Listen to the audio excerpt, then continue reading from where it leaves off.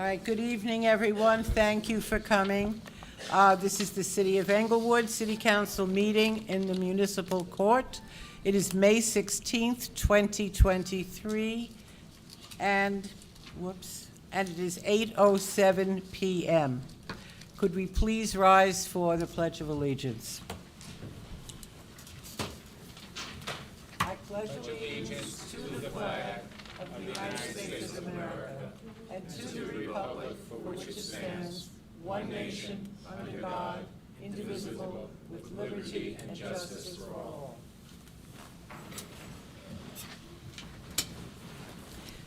Yancy, would you please read the statement regarding the Open Public Meetings Act?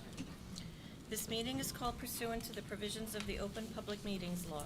Notice of this meeting was included in a notice sent to the Record and the Star Ledger and advertised in said newspapers on January 10th, 2023, posted on the bulletin board in the municipal building, and has remained continuously posted as the required notices under the statute. A copy of this notice is and has been available to the public and is on file in the office of the municipal clerk. Proper notice having been given, the municipal clerk is directed to include the statement in the minutes of this meeting. Thank you, Yancy. Roll call. Councilman Kopp? Here. Councilman Rosenzweig? Here. Councilman Wilson? Present. Councilwoman Wasatski? Present. Council President Marin. Here. Also present is Mayor Michael Wiles, City Manager Robert S. Hoffman, City Attorney Bill Bailey, CFO Michael Kaufman, and City Engineer Franz Volsi. Okay, approval of minutes, it's resolution 16805-16-23. Do we have a motion to accept? So moved. Second? I second. Roll call. Any questions on the minutes from the council? Okay, roll call. Councilman Kopp? Yes. Councilman Rosenzweig? Yes. Councilman Wilson? Abstain. Councilwoman Wasatski? Abstain. Council President Marin. Yes. Okay, I now am opening the public hearing for 2023 Bergen County Trust Fund Municipal Program for Parks Development. I will now open the floor. Yes, I'm going to call on Franz to explain this, and then we'll open the floor for comments and questions. Franz? Thank you, Yancy. How's everyone doing? This is essentially an open space grant for the improvement of Herring Field. As many of you have heard the last meeting, or several meetings actually, there's been a real, positive request for having a turf field be included in Herring Field for, primarily for Pop Warner football, that sort of thing. But it could be a multi-purpose field. That's something that we're looking to do. But that's essentially what this grant is for. The positive aspect of having a turf field is that you can actually have all year around sporting events without having the concerns of a natural field, such as resting the field, that sort of thing. And also it allows for much better drainage. So you can host an outdoor sporting event during a rainfall if that's something that's wants to be done, but immediately after a rain event without worrying about ponding, those sorts of issues that are associated with a natural field. So a lot of positive attributes with the turf field, but that's essentially what this grant aims to do. Okay, thank you very much. All right, we're going to open the floor for comments from the public. Questions, comments, name, address, 3 minutes. Amy Bullock, Howland Avenue. Just a quick question. Will this include possibly putting bleachers or seating out there so that observers can watch events and practices and things like that?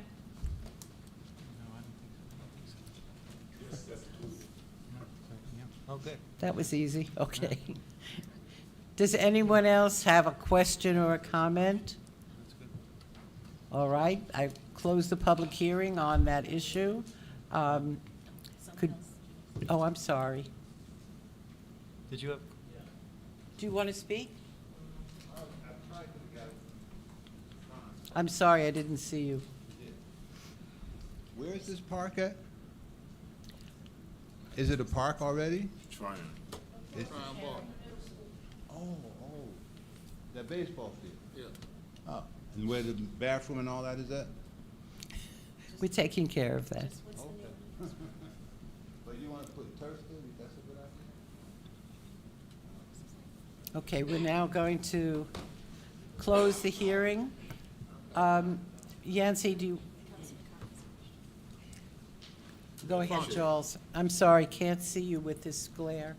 Madam Chair, when you get a chance. Okay.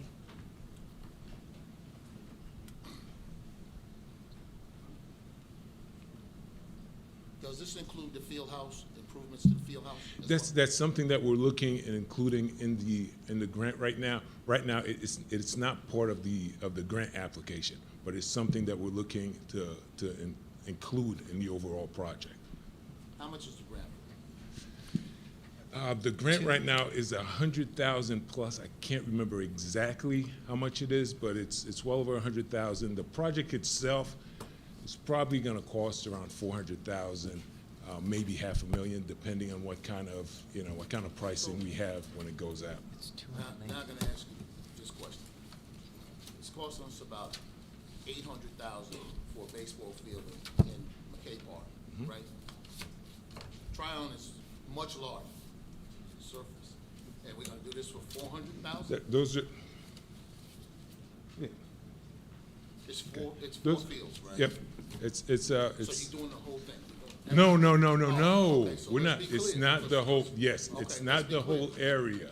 It's essentially half of the area that's gonna be used for the actual turf Okay, field. so we need- The rest of it is gonna stay natural. So when we say half, what half? Is that from the field house part? Because that's the big Babe Ruth field, That is gonna stay natural, and that's gonna stay natural. So you're Yes. talking about the two softball fields? closer on to each- Glenbrook, Glenbrook? Yes. That side? yes. Why wouldn't we make the Babe Ruth field, which is the one that's more dominant in playing, the turf field? In terms of That's the, more active in terms of our baseball play. I didn't quite hear what you said. Now, why not The- change the, The Babe Ruth field where the, uh-huh, where the field backstop house is, where yes. the field house is, that's used for hardball, right? Uh-huh. It's called Babe Ruth or whatever, so the older kids play there. Why wouldn't we make that turf? Because it's used, heavily used, when teams come from out of town or our teams practice on it. The other fields are considered softball fields, the Uh-huh. other three fields. So, What- you know, what- if we made one softball field and that big field, which is the dominant field, turf, then I think we get both, The- best of both worlds. The idea was to keep the big field natural and to keep one of the softball field natural and have the turf field for, the Pop Warner, that sort of thing. We are gonna have the turf field at McKay Park completed by that time. So the idea was we already have a turf field strictly for baseball events, and we're focusing on more having one towards football. It's not gonna be just football. It's gonna be a multi-purpose, but essentially that's what we're going for.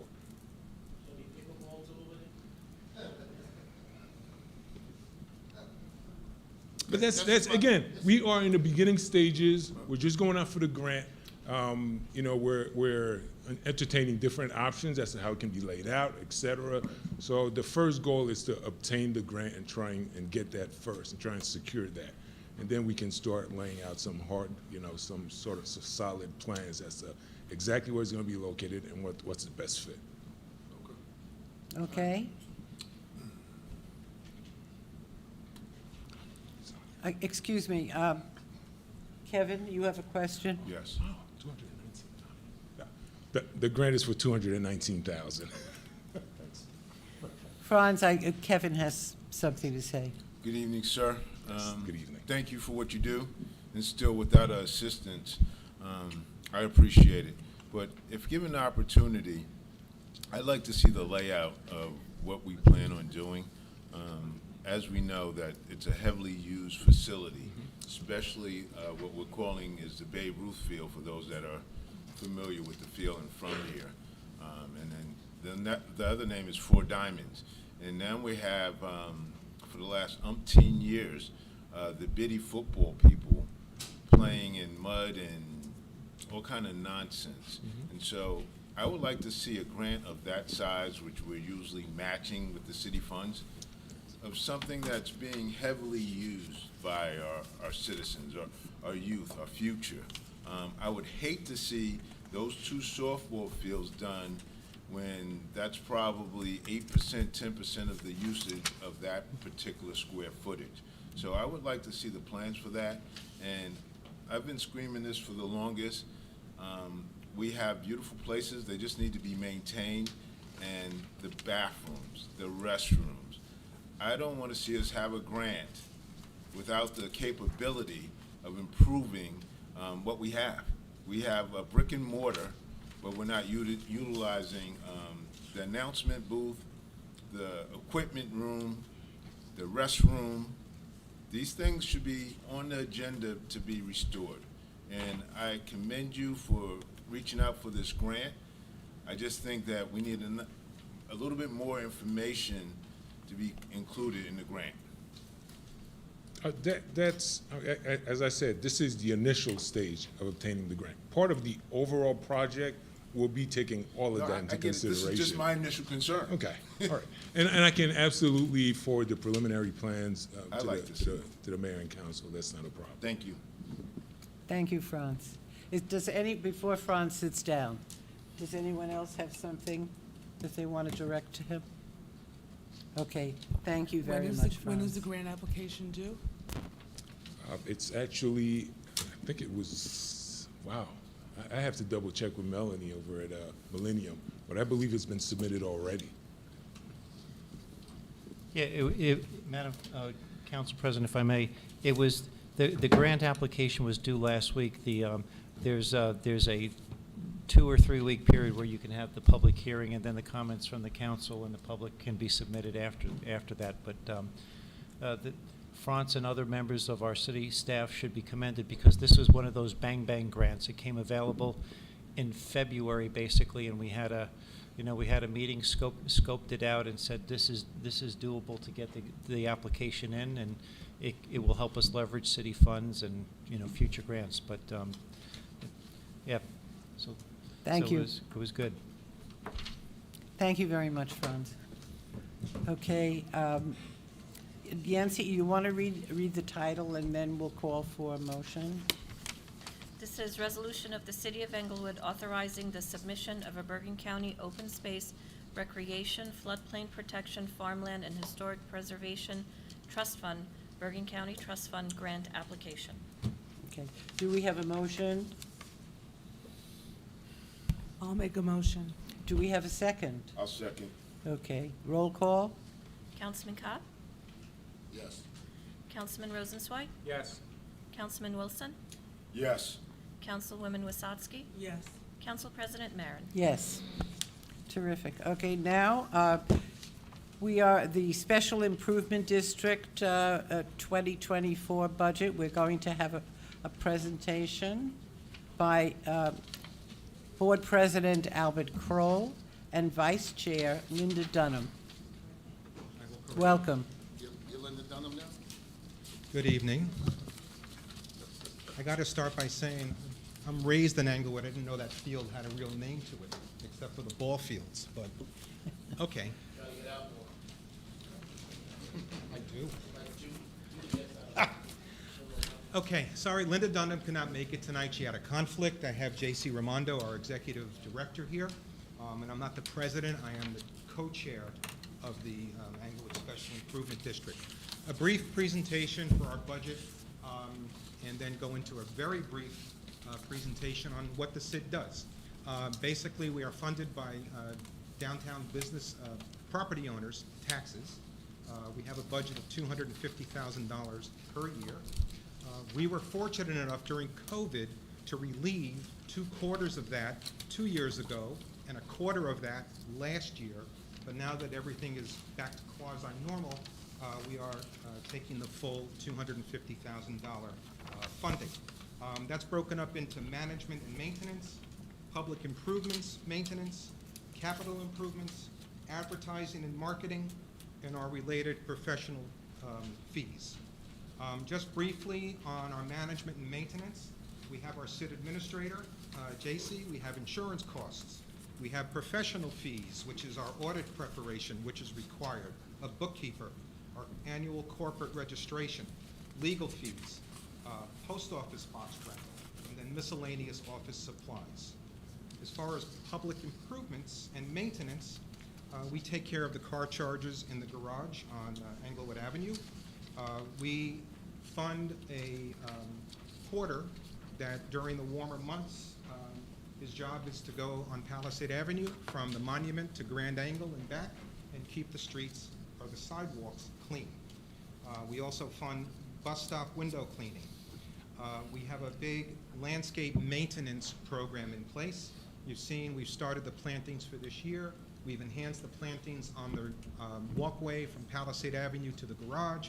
We've also cleaned up the garbage along the railroad right-of-way between Palisade Avenue and Englewood Avenue. And we're just about to start, I believe tomorrow, planting all the pots in town with some nice new plantings. We have also just completed our sidewalk cleaning program for this year, which is power washing all the sidewalks in the SID district. And then we also will be instituting periodic sidewalk cleaning in and around the restaurants that use the sidewalks throughout the summer on an as-needed basis. I shouldn't say summer, throughout the outdoor dining season on an as-needed basis. We're also upgrading the alley, the walkway. There's 3 alleyways that we are upgrading the lighting from the parking fields to the avenues or to Dean Street. That is in process right now, and we're just coming to an agreement on the last alleyway with the owner of Buckley's to light that one properly from the Bergen Street lot out to Palisade Avenue. What we've done now, I'm just going to continue going on here. It's funny, when I come into town just about every day, I come in specifically from the monument. And the worst time to come into town is during the winter. There's no leaves on the trees, it's branches. The avenue looks sort of, for lack of a better term, dead. So we've been discussing for our past few meetings, how do we enhance the downtown? What do we do? Well, we decided, you can't hear me? Wow, okay, that's a first. Okay, we've put lights around all the black light poles up and down Palisade Avenue that are going to be illuminated going forward, okay? We are also looking to institute a banner program throughout Palisade Avenue and the SID district. The start of the conversation was the upcoming 125th anniversary of Englewood, which is happening March of next year. We want to start that with banners and things in the fall. In the meantime, we're going to be looking to be placing more generic banners, shop Englewood, dine Englewood, do something in Englewood kind of thing. And we're just getting those proposals put together on graphics and layouts. The light poles have been wrapped with lighting. The banner brackets, the main fittings of them were already on the poles. So we hope to have that instituted in the next few months with the first round of banners. Okay. Okay, again, to me, the purpose of the SID is to enhance and work on the downtown and the business district. We retained a landscape architect who is in the process of working on a master plan that, Franz, you will be part of, okay? On looking at all the plantings throughout the downtown, the SID district, at any site amenities, benches, additional refuse cans, chairs, art, that kind of thing. We will have a preliminary presentation at our SID board meeting coming up on June 13th. We will have further presentations from him over the next few months. We are looking to be able to implement all this starting late summer, early fall of this year. So we'll get something accomplished. And again, make the downtown a better place to be. Well, one of the big things we've done is we've retained a social media person. I'll let JC explain that a little bit because we are getting tremendous response on it. JC? Thank you. Hello, everyone.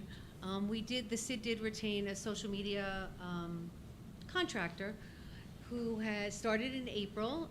It is called Discover Downtown Englewood, so it's an Instagram account and a Facebook account. We'd like you all to take a look at it. She's been posting about 26 posts of the downtown, of the Sid area, different businesses, restaurants, stores. She has plans to start now down at the monument and work her way up with some of the establishments that have been in town for a very long time. That'll be a series, and then she'll start introducing some of the establishments that are new downtown. And we do about 26 posts a month. She's got some movies. There'll be 4 actual movies that will be posted on Instagram, short clips, and Facebook starting in June. And anyone who is interested in us highlighting Discover Downtown or something that's going on in Englewood, doesn't matter necessarily if it's in the Sid district. We really want to expand it to let everybody know what's going on in Englewood, to give them a reason to come downtown, and then maybe go to another event, or whether it's Bergen Pack or watch a ball game, whatever else is going on in town, we'd like to advertise. So you just need to reach out on Instagram. If people don't know how to do that, you can reach out to me or Facebook and just look at Discover Downtown Englewood and do a private message, and she will come out. She'll be in Englewood tomorrow taking pictures of the contractor that's filling in all the pots up and down Palisade Avenue and the ones in front of the theater. That is a new program. She's in town about 3 times a week. She was here last Friday, featured about 4 restaurants that were outdoor dining. And she is available to take information and follow up with folks. She goes in, interviews them, and just promotes what's going on in Englewood on a daily basis. I think that was it on the social media. That's it for now. Did you mention how many hits? Oh, No. I didn't mention. We are most getting of in them. excess of about 3,000 hits on all the postings that are going on. 3,000 Views. on average. On the Instagram and Facebook accounts. The other thing we're going to be investigating, this came up at our last meeting, was the possibility of retaining an event planner to do more stuff in downtown Englewood. We want to be Englewood-centric, not regional, Englewood-centric. That was the reason for the social media person. That's going to be the reason if we retain an event planner to put things together, culminating in the 125th anniversary items that I don't know what's being planned. Nobody's communicated with us. I would love to hear from some people, but we want to use the event to make it a big blowout in the city, whether it's street fairs again, concerts, whatever it might be. That's basically it in sum and substance. I'm assuming you've all read your packet that you received in detail, and you probably have a million questions. Charles. I have a couple of questions. One, thank you for the update so we know what's going on. I think for the public, could you explain to them what the footprint of the SID is? Because not everybody's in the SID. Where is it covered? What's the footprint?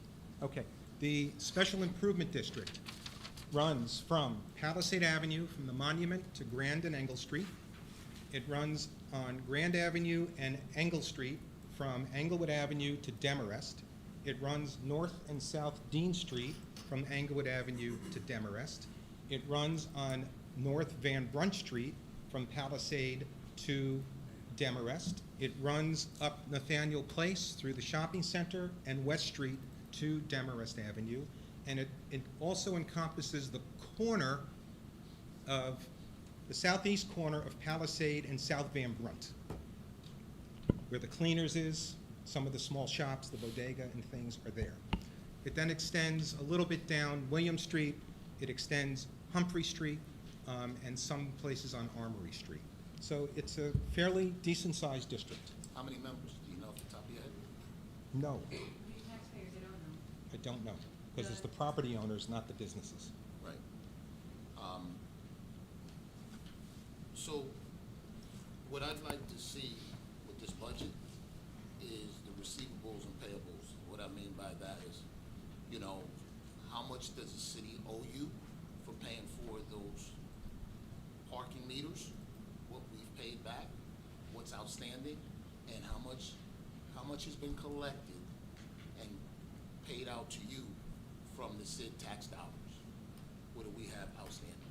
We can do that. We'll arrange to Because have our, that gives us a sense of, you know, you tell us 250,000. Okay, that's for 2023. Are we looking for additional funds from 2022? You know, just for good accounting purposes, we should know, we should understand, you know, what we owe you, what you're looking to receive from it, and I think that goes along with the budget. So that's more transparency, so people understand how we're getting the money, what the money's being paid out to, what's outstanding with you on certain projects. not a problem. Yes, we are owed money from the city, and we can send a detailed ledger of our receivables and payables. It's not a problem. Yeah, fair enough, because you can't do those projects without that money. Correct. Okay? That's what we're looking for. Okay. And the last thing, I know that previous conversations with the city, obviously, you know, I know, we talked about security around holiday events and things of that nature. Are you considering that as well during that time? Or, you know, during certain holiday times? My vice chairman, Linda Dunham, is our liaison with the police department. I know she has been in some communication already with Captain De La Rosa? I have the rank Deputy right? Chief. Deputy Chief. Excuse me, Deputy Deputy Chief. Don't Chief. tell him I said Captain. Okay, but she's the liaison with the police department, so I would defer to her. She's had a lot of conversations ongoing, even since our last meeting, which was a week ago. Right. But I just want to know what, you know, you guys got that on your Oh, it's on our radar. Because, you know, that's Yes. one of the things that kind of is a good message to send the people who want to come to Englewood and walk down Palisade Avenue. Agreed. And for the residents that live here as well. Agreed. And the final thing is, since you're doing all the social media stuff, we have to try to encourage businesses that are for everybody that comes in, and have somebody do a study. What are the best businesses that can survive in Englewood? Because it's not easy, Also agreed. right? Okay? Okay, All right. thank you. Anybody else? Just a word of thanks. For the last 5 years, I've sat through, I think, every meeting. I may have missed one. I'm not on the SID, but it's really heartwarming. You, I think, in many ways helped some of the businesses and all of the landowners, property owners, get through the pandemic. Kudos to you when it comes to lighting and keeping the city fresh looking and trying to deliver to all the businesses and making Englewood a destination. We have, with the chamber, a regional kind of draw, and now with the social media and the things that you're doing, I think it's great. And I think the event planning is a very critical role. I was going to suggest that the governing body was going to put together a 125th anniversary group, that the SID send somebody forward to the governing body so that you can participate, and we need all the hands that we can. And so it's impactful for the landlords and the store owners as well. Thank you. All right. Kevin? Good evening. Great presentation.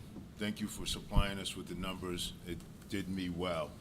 Can you share with me or the audience, how do you guys coexist with DPW? Because you share the sidewalks, the planning, the lighting. We coordinate, and, is it Wayne, what's Mr., how do I pronounce his last name from the DPW? Because I do speak to him. I'm sorry, we talking to him or me? The DPW chair, in charge of the DPW, I can't remember his name, last name. Ed Roy Ed Roy. Jenkin. Ed Roy. We communicate with him. He knows about our program down the sidewalk. He has contacted us when they've had some staff that go on vacation and asked us to cover maybe doing some more street cleaning while they don't have a replacement for them for the next 2 weeks. So we're in constant contact with him. We didn't deal with him with striping, but we've worked with them a lot when we did the meter heads on Palisade Avenue. We actually walked with DPW to each meter head because they had the special key that unlocked the meter head so we could replace the meter heads as we went down Palisade Avenue. And he knows to reach out to us when he finds that there are certain areas in the SID district, perhaps behind Blue Moon at one point when the garbage wasn't being well taken care of. We coordinated that with them and put a program in place to make sure that the retailers and the businesses were really taking care of their garbage, which was their job. But they came out and fine. We worked with the police department, so we coordinate efforts whenever we can. I'm all about more communication and trying to get community input as well, whenever we can. So I'm interested on showing up for that committee on the banners, and also would be interested in, some community engagement as well, so that we can serve the whole city when we're talking about banners. And thank you for that. Can you share the months that you guys are available, the months that you're working with the SID program? Is that 12 months a year? Yes. Okay. It's a public meeting also. There's a Zoom link at englewoodsid.org that people are invited to come and listen to our meetings like you listen here and participate. So those are open meetings for the public. englewoodsid.org will have the meeting link available. We meet the second Tuesday at 8 a.m. 8 to Okay. 9. For 1 hour. You can go in Zoom, too. Okay, that's good to know, that you guys are year-round. Yes. That you're coordinating with DPW, because there's some concerns about restaurants past from the monument to the railroad tracks that aren't being cleaned. So I'm glad to hear that you guys are helping out, being in charge of the sidewalks and the bus stops and just general maintenance. That's going to help out with a lot of patrons going to the stores. So thank you for what you do. Does anyone else have any question? Lisa? Hi, thank you for that presentation. I have 3 questions for you. You mentioned that the CID is responsible for the car chargers on Engle Avenue. Did you mean the garage? In the parking garage. Okay, all right. That's- No, that's what I thought. Yeah. In terms of the banner program, is that the banners that are up now on Palisade Avenue? When you say, talk about a banner? That's No, it?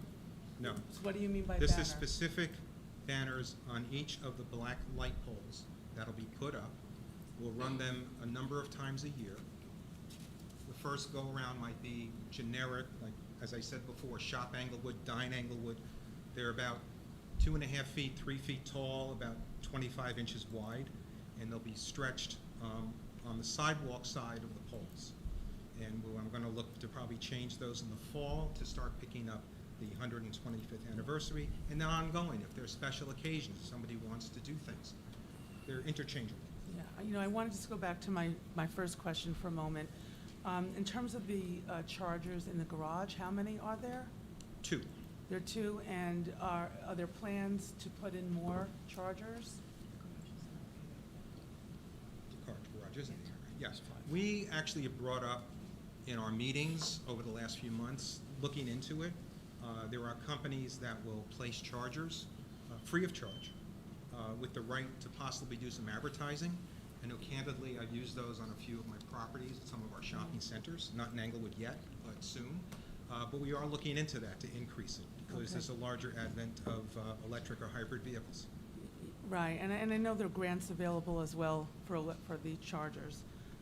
And my third question is, are you also, do you also get the income from the parking meters?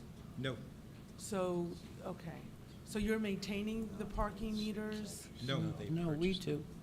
The We- city does. The city maintains. Okay, We fostered the initial implementation of the new meters and haven't done anything since the initial implementation.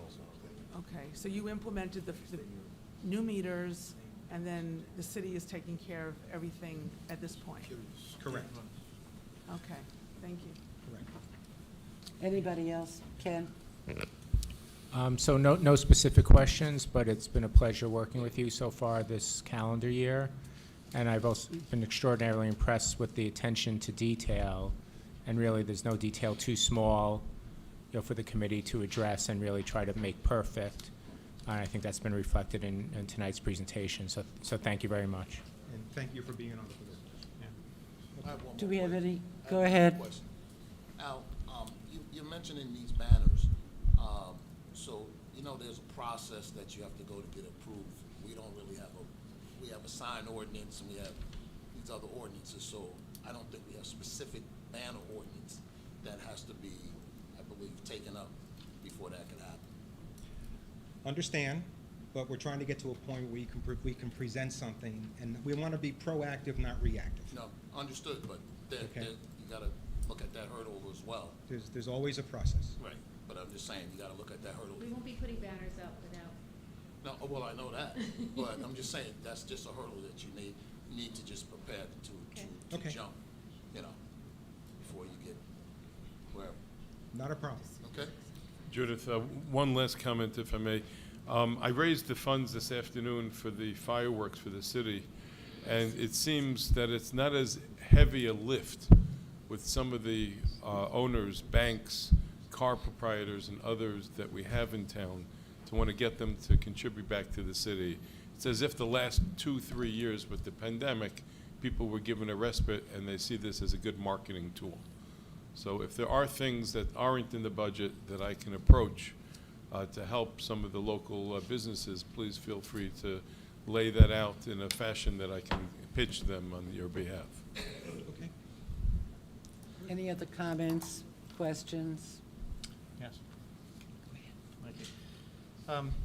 Council President, I'd just like to thank Al and J.C. They've been a valuable assistance to the DPW since at least September of last year. They've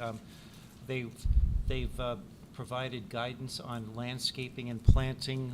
They've assisted with people the city could contact to solicit quotes for additional plantings and things like that. So our DPW is basically using, after going out for quotes, we're using the same contractor as the SID, so there'll be some synergy. But there was also vandalism in the parking garage, and last September, and the SID stepped in when some of our equipment malfunctioned, and they provided additional services there just to make sure that we were able to clean up and keep the parking garage looking good after the DPW had to do some emergency work. So that's part of the under the radar work that the SID does. And if you look at the plantings that have happened in the downtown over the last week, that's directly attributable to the SID. So thank you. Thank you for all of us, really. Okay. Okay, any last call for questions, comments? Okay, thank you so much for coming. You're welcome. All right, we'll now visit Resolution 170-05-16-23. Yancy, you want to read that resolution? This resolution is for approving the introduction of the Englewood Special Improvement District budget for fiscal year 2024. All right, do we have a motion? So moved. Do we have a second? Do we have a second? Second. All right, Yancy, roll call. Councilman Cobb? Yes. Councilman Rosenzweig? Yes. Councilman Wilson? Yes. Councilwoman Wasatski? Yes. Council President Marin? Yes. All right, we're now moving to ordinances. Public hearing, second reading. Yancy, will you read ordinance 23-09? This is an ordinance creating Article 9 of Chapter 325 of the Code of the City of Englewood, regulating short-term rentals of real property. All right, we're now going to open the floor for comments from the public. Once again, if you have questions, comments, give us your name and your address, and we are here to hear you. Good evening, everyone. I'm a resident of Could we have, 41 excuse me, could we have your name? Terrence Hicks. Thank you. I'm a resident of Forest Park Gardens, and I have some concerns and worries for the area from Dean Street up to Grand Avenue. There's only 2 lanes going east and west. I don't think, is I this didn't even related? I haven't finished. No, are you addressing ordinance 2309? I'm just talking about where I live and the worries and concerns I have. No, there's a time for that. Right now, this is the second reading of an ordinance that has to do with the rental of small properties, real properties. At the end of the meeting, we call for general comments. That would be where you would come up. Okay, We just want to keep it, all of the questions. okay. Thank you. Okay, sorry about that. Does anybody have any comments that relate to ordinance 23-09? Bob, could you explain this, please? Sure, and then this could be a tag team with our city attorney. What this is an ordinance that would regulate or basically ban the short-term rental of houses for a period of under 30 days. This is to help provide enforcement against Airbnbs, things of that nature. So that's the purpose of this ordinance. It grew out of the discussion about people that were renting their pools on an hourly basis or a daily basis for parties. And last year there were more than five children that drowned in pools across the state of New Jersey, and we just don't want that to happen here. But that's this is to help prevent Airbnbs. Bill, have I given a good synopsis, or there's? Yeah, that's correct. The next ordinance after this affects the pool issue that Mr. Hoffman mentioned. Is that clear? Yeah, but I mean, isn't America about free enterprise? All right, okay. I'm going to open the floor. Once again, ordinance 23-09, your name, your address. Yeah, Rick Wilby, Englewood, New Jersey. But isn't this country about free enterprise? I mean, I understand the pool, but what if you have some guy that wants to Airbnb his property? I mean, he owns the property, pays taxes. How can you have an ordinance that infringes upon his right to engage in free enterprise? I don't get it. Aren't you guys all about the money? You used to sell people. I don't understand why you don't want nobody to rent their house. What's the problem? Can I get an answer? We'll answer when everybody has spoken.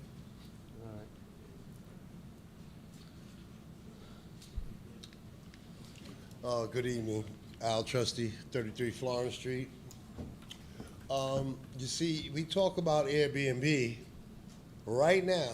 I don't know if anybody's aware of this, but I know Councilman Cobb is, because this man, when I call, comes over to Florence Street. Kevin, I haven't seen you, but we talked. There was Airbnb right on Florence Street. I mean, he actually renovated his place and had an Airbnb running 24/7, okay? Now, also on my block, I mean, the owners of the properties, they rent rooms. So I don't know if anybody's aware of what's going on Florence Street. Also, I have to have some police patrol on a regular basis there, because, I mean, I see undesirables just walking, stopping, looking. See, so I have cameras all over my house, so I can see everything up the street, down the street, everywhere. Okay, my wife is worried about it. She's afraid. We retired so we can see everything, and we're there all the time. And it's going on Florence Street. So we're talking about ordinance, but we need to check what's going on. And this thing with these houses being rented rooms, breaking off, they break off room by room, and I'm a builder, so I know what's going on. We got to stop that. I mean, this is going on. I mean, you have 15 people, 12 people, kids, grown people living in one house. Something's going to happen over there. My wife and I were just talking about it. This is not even, it goes further than Airbnbs right now. We're talking about people that live there, and it's a lot of people. Okay, so the owners, they can't do two families, so what they do is to just section off and rent rooms. So we have to put an ordinance in place that stops that. Now, I don't know if we can't get in, so we can't say that they're really doing it, but it's being done. On my block, there's at least 5 houses on my block That's why we changed the parking situation over there. I don't know if you know. We need to enforce it, okay? Because that's the reason why there's no parking on my street. We had to change everything around because there are people that come there from one house alone, 12 to 15 people. That's a lot. So that's what's going on here. So if we're talking about some ordinance, let's get to the bottom line, and that's the fact. So I know you need license for Airbnb. They shut him down 2 or 3 times. He's got a red sticker on his house. I don't know what it is right now, right across the street from my house. But something's going on here. So if we're going to get to some ordinance, if we're going to do something, we got to do something about that. Thank you. Okay, is there any other comment?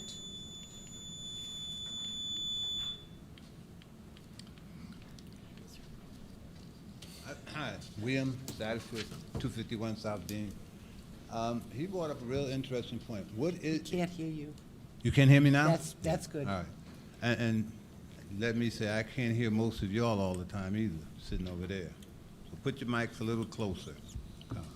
But anyway, in a home, is there a number that's too large? Do we have that established already? Do we have a number where a 2-bedroom house or a 3-bedroom house, is there a certain number already where you can't have so many? Or if someone rents a 2-bedroom in your house, let's say you have a 2-family and you have a 2-bedroom, is there a number where there are too many people? Do we have that in already? Or no, huh? No, But that's... some towns do. I'm asking you. I don't know. So we don't have any. So you put 20, 30 people in your house, and we don't have nothing, huh?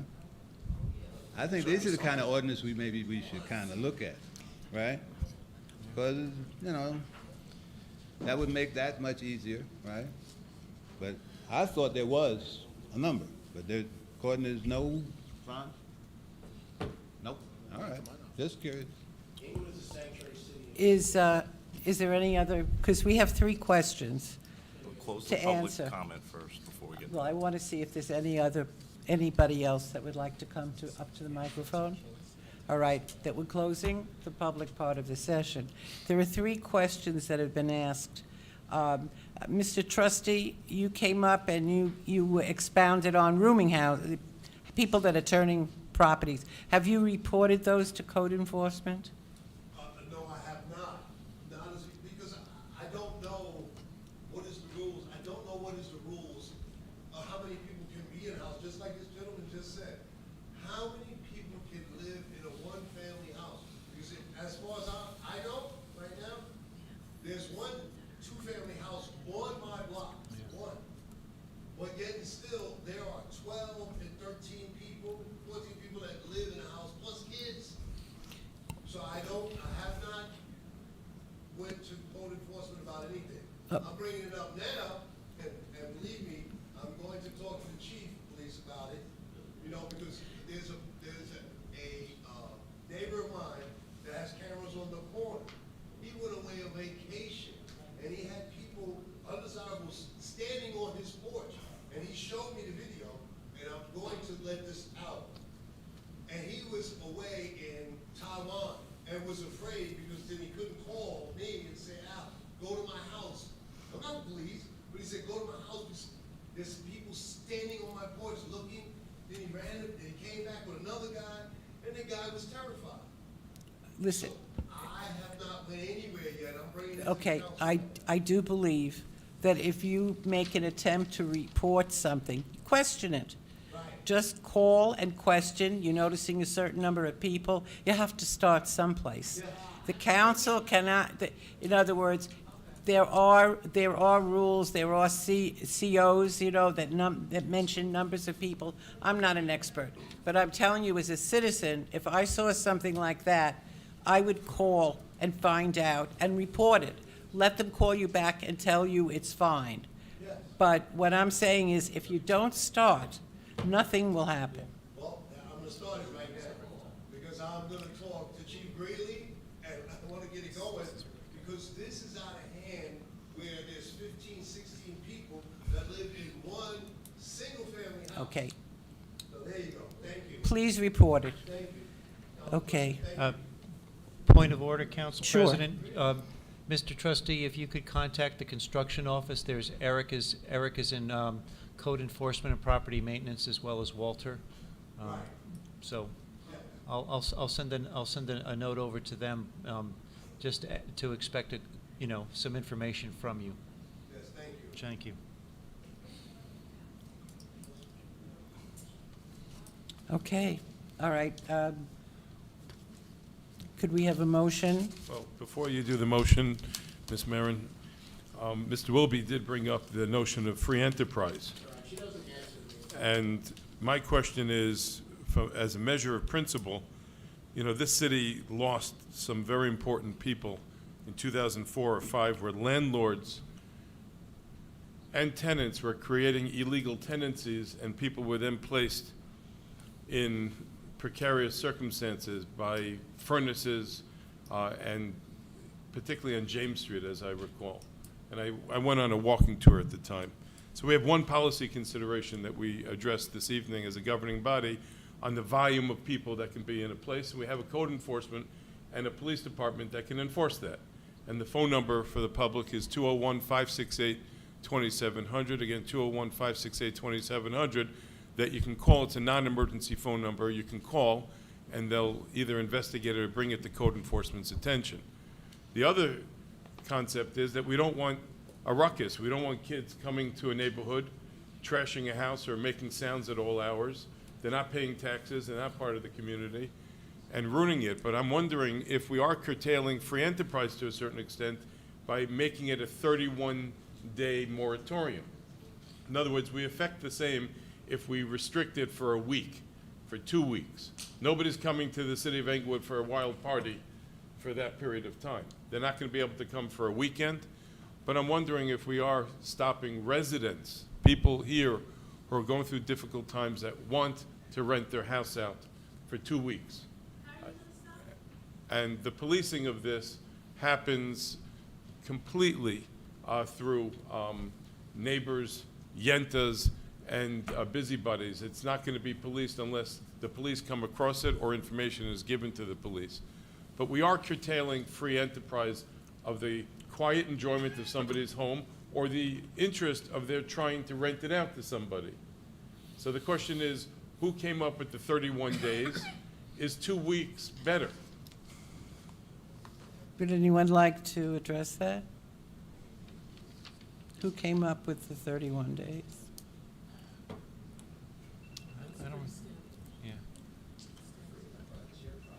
I don't know, Madam Chair, who came up with the 31 days, but I don't either.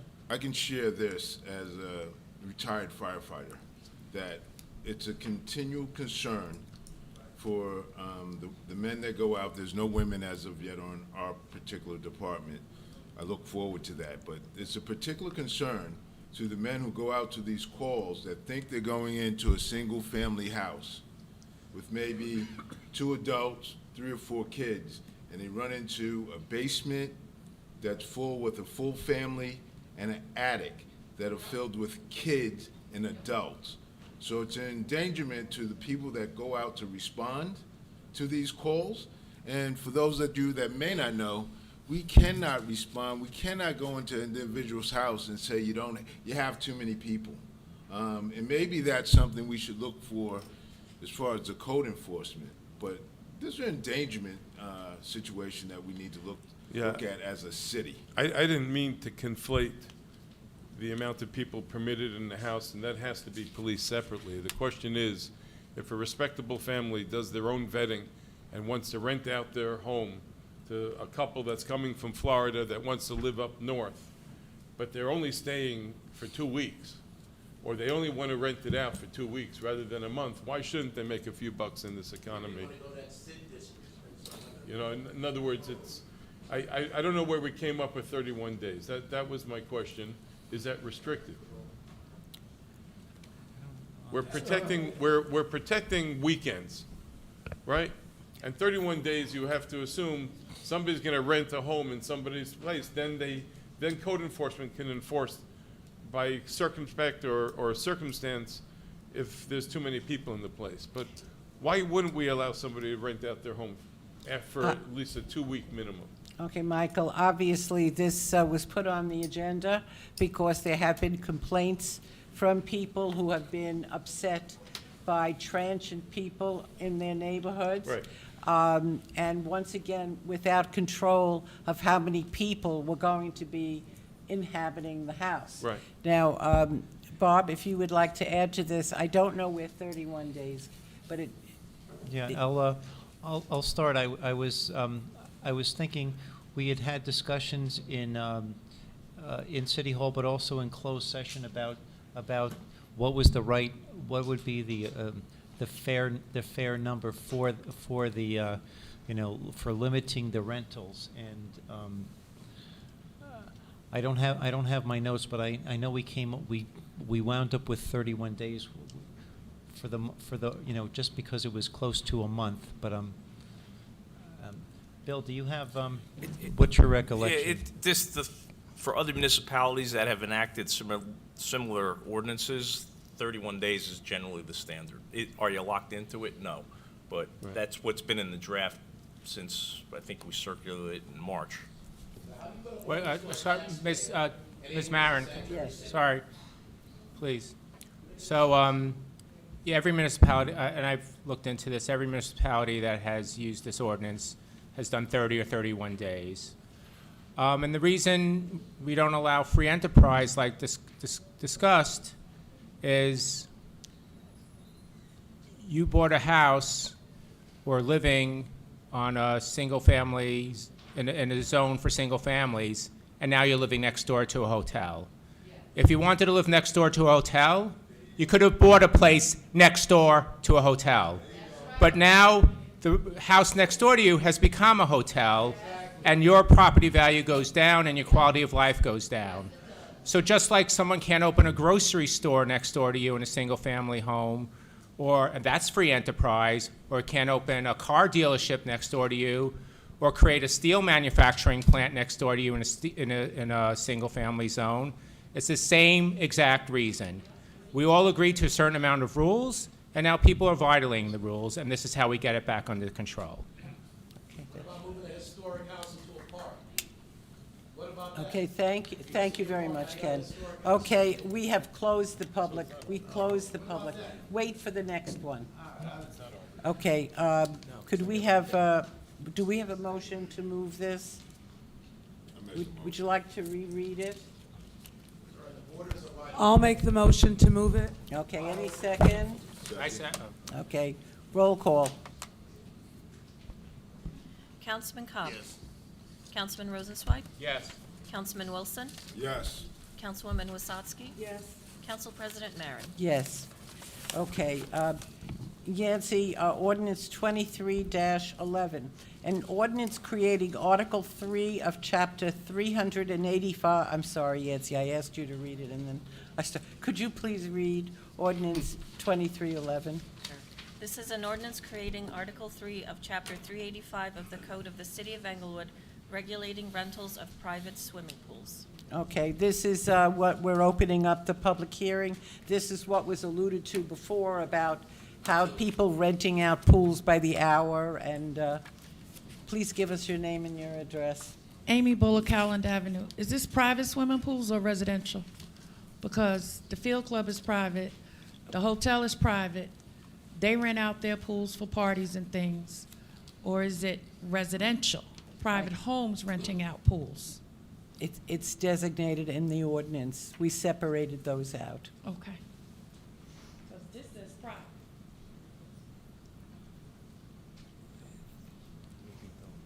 Bill, do you want to talk about the exceptions?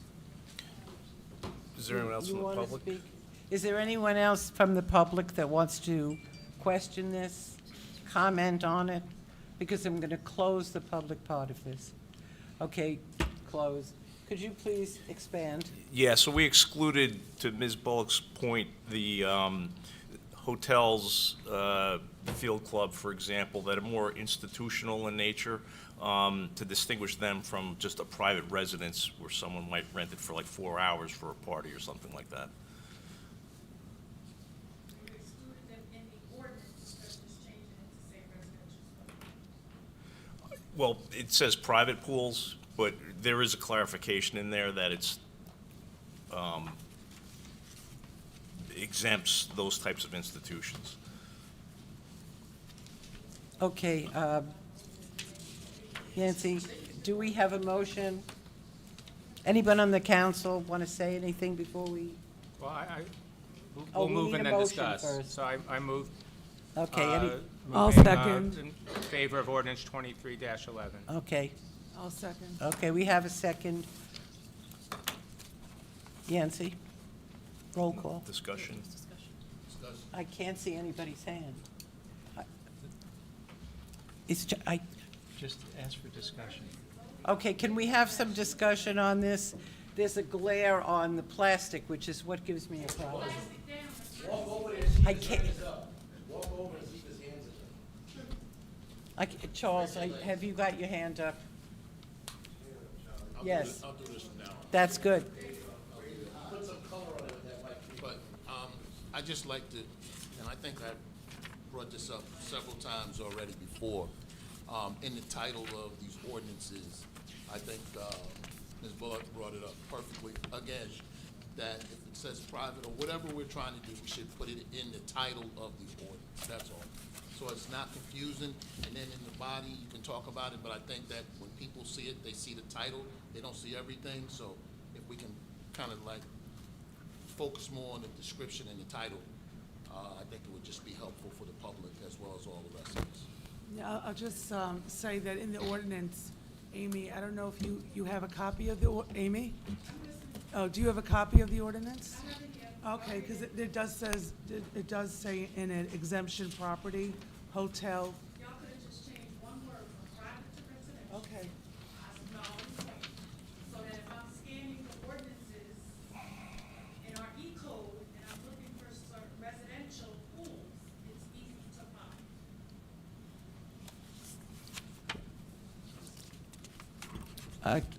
Bill, would there be a problem, or is there a difference in changing from residential, private to residential? Yeah, the problem is you could have a piece of property that's not residential and put a pool on it and then rent it out.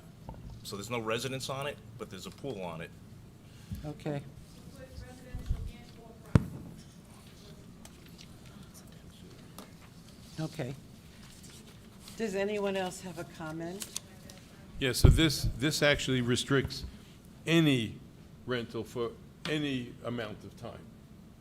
So in opposite to my comments about free enterprise before, I concur that this absolutely should be restrictive, categorically restrictive. So, Mr. Bailey, what if somebody has a residence and then they rent out their pool for a charitable event? Is that institutional use permitted? No, it's not permitted. Okay. There's no slippery opportunities here that you see? I don't. We pulled a child out of a pool here in Englewood. It is a very scary circumstance.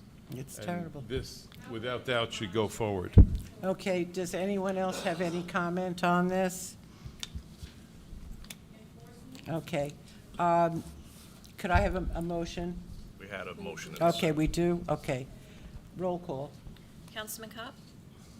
Yes. Councilman Rosenzweig? Yes. Councilman Wilson? Yes. Councilwoman Wasatski? Yes. Council President Marin? Yes.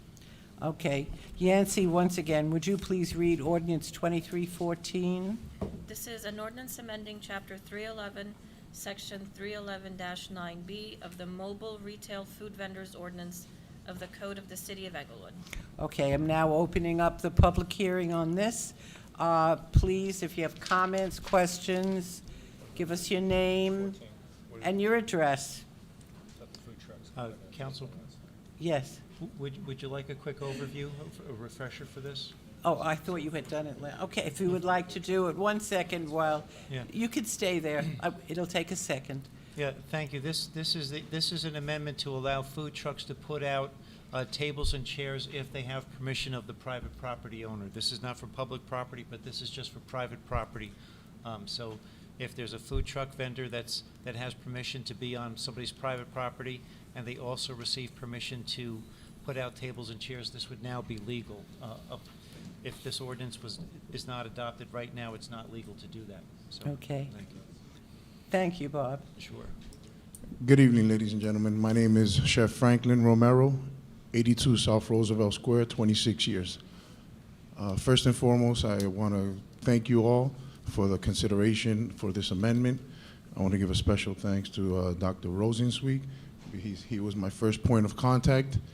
And just to tag along what Mayor Wilds were saying about bringing people to Englewood and lights and excitement and all that, well, if this ordinance passes, gets amended, Fristanga Cibao is definitely going to be having the lights and, the culture, to go along with the food, and everything that we have to offer. And to answer your question, Councilman Wilson, last time I was just a little bit more nervous than I am today, but Don't be.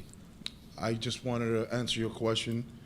The first line of defense that we have for safety is we have these 6 big trees, and in the gaps, we have 4-inch pipes filled with cement 3 feet deep. So that hopefully answers, what you asked about the safety of the patrons over at the location. So I didn't answer it because, like I said, I was a little nervous last time, but now I'm just a little bit less nervous.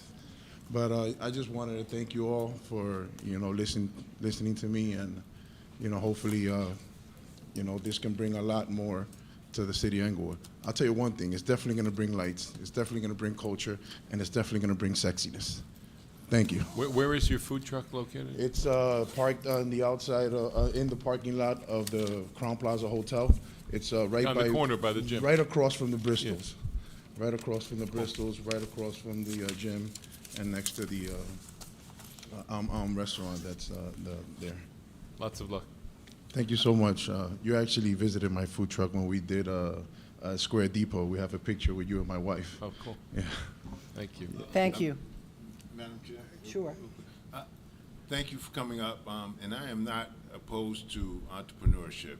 That's what the city should be concentrating on. That's what the country was built on.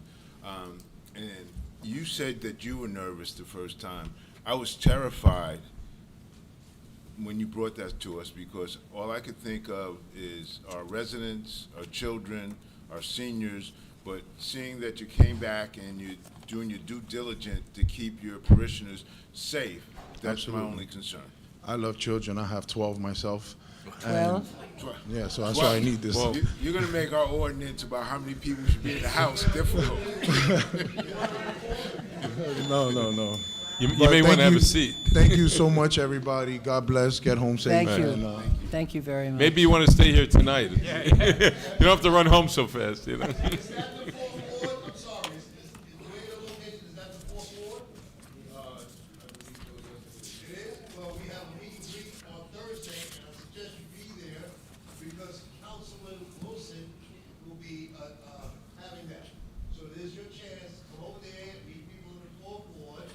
We'll be there, big mouth, and, we can get this going. Mr. Trustee, thank you. Thank you very much. Okay. Amy Bullock, Howland Avenue. So I support our food vendors, our food truck vendors. I happen to like food trucks.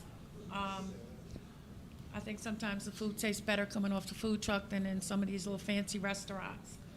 But I see that as part of this, they talk about ensuring safety and putting up barriers and things like that. So just food for thought, on Palisade Avenue, when you park, somebody hit the wrong pedal and they going right through the diners, the restaurant, and everything else.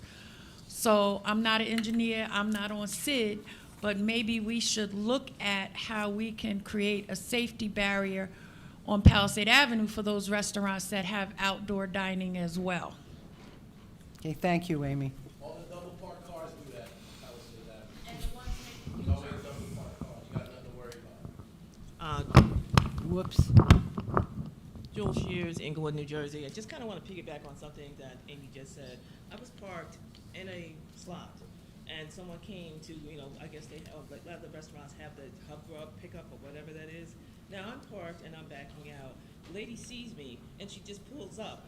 So the thing is, my whole point is something has to be done about that, because people can't just pull up, jump out the car and run in, and then they're standing there blocking you when you're trying to move out.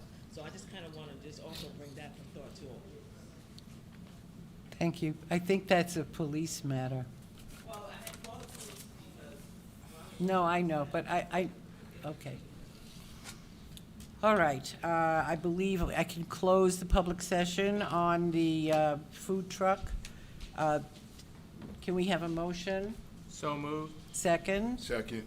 Anyone want to comment before we vote? Roll call. Councilman Kopp? Yes. Councilman Rosenzweig? I want to thank Mr. Romero for bringing this up and filling in a hole in our ordinance. Yes. Councilman Wilson? Yes. Councilwoman Wasatski? Yes. Council President Marin? Yes, and congratulations. You too. Okay, moving on. Yancy, will you please read ordinance 23-15? This is an ordinance amending ordinance number 22-07, fixing the maximum annual salaries to be paid to officers and employees in the unclassified service of the City of Englewood as of January 1, 2023. Okay, I'm going to open the public hearing. Anyone who has any questions or comments? Once again, I need your name and your address. You have 3 minutes. I'm gonna come up and say something so you can ignore me. But somebody like Amy comes up here like, hey, Amy, can we help you, Amy Bullock? You know what I'm saying? Mr. Wilby, we're waiting for you. Yeah, but you ain't gonna answer me. So, you know what I'm saying? Whatever. All right. What is the cap on this salary thing? What are they getting raised up to? What is it, 1%, 2%? Because we had this discussion before. And some of the unclassified employees, the cost of living is not really being factored in. They're way underneath what they should be getting, because for years and years they've been ignored and neglected, and it's a big, big problem. Now, I know you guys are not going to answer my question unless my name is Amy Bullock. So maybe I should, identify as Amy Bullock today. You know what I'm saying? Or somebody else you guys answer to. Right, Judy? We will answer your question as soon as all the questions are finished. But you never answer my question. Then you act like, Al Trusty will come up here, and he'll say something, and everybody's nice to him. Then the food vendor guy comes in here, and, Ken Rosenzweig is like jumping out of his seat, but Rick Wilby comes up here. What is it, my Free Palestine shirt? What is it? You know what I'm saying? I'm too dark? What is it? I don't sit in the light? What is it? You're wasting your own time. No. I want to waste my time because you waste my time all the time because you don't answer my question. So when I ask you a question, even though my name is not Amy Bullock, you guys don't like me, you have to answer my question. This is all I'm saying. I'm asking you a reasonable question. I come up here and ask reasonable questions all the time. You guys act like I'm invisible. You know what I'm saying? Your question will be answered at the end of the public session. But it don't matter to me if you don't answer my question. Does anyone else, so we can answer Mr. Wilby, could anyone else have a question? Call me Brick. I ain't Mr. Nothing. How you doing? Raymond Diaz, 408 Shannon Court. Is this better? Okay. Just can you identify what these unclassified employees are? They're not the fire, the police. So No, who I are think they? that they're people that are not in the bargaining unit, but I'll let Bob Hoffman answer you, Ray. Well, after we're done with public. Does anyone else have any question, comments? Okay, I'm going to close the public session. We have 2 questions on the floor. One is about, is there a percentage being applied or for the unclassified? Yes, thank you, Council President. There will be a percentage that's going to be applied, but the council also had requested and received a study of all of the unclassified positions. They have a copy of that study. There are some positions that were identified as being underpaid, and so the 2023 budget has funds in it to make those corrections. So there will be some people that will be receiving, a raise that reflects the recommendations that were in that report, so that there's, so that the people in the positions are going to be fairly compensated for the work that they're doing. And then our new HR director and I are going to be doing a review of all of the unclassified positions to make sure that that people are fairly compensated, and there are funds available for that. But the positions are also they're listed in the ordinance. Some of the positions are union positions, others are not. So that's. Oh, you do have union positions. Well, there's just some that I'm looking at. There are some people that are in the union, but there's also, we have inspectors and we have technicians and things like that, and some of the positions that were identified in that confidential study are the ones that are going to be receiving the larger raises. Okay, thanks. Now, Ray and Rick, are you satisfied with the answer? No. Oh, I didn't think so. Okay, so. Should we have a Charles, motion go ahead, and a Charles. second before we discuss? Oh, I'm sorry. Charles, I'm just going to have a motion and a second, and then you could speak. Do we have a motion? So moved. Do I have a second? I seconded. Okay, Charles. So I just want to correct one thing from Mr. Hoffman. He's actually right. The one thing he's not right about, well, not saying he's wrong, but that request came from me, not from the council. That came from me. That's true. That came from me about the unclassified. I've been singing that song for a long time. So thank you, Mr. Hoffman, for addressing that and saving the city embarrassment about its workers. So that's good. That's good work that should be done. So thank you for that, Bob. Thank you. And thank you for requesting that on behalf of the employees that will benefit from it. That's great. Do we have any other questions or comments? Okay. Roll call? Councilman Kopp? Yes. Councilman Rosenzweig? Yes. Councilman Wilson? Yes. Councilwoman Wasatski? Yes. Council President Marin? Yes. Point of Okay. personal privilege? Sure. Can we take a 5-minute break? We've been at it for 2.5 hours. Absolutely. We're going to take a 5-minute recess. We'll be right back.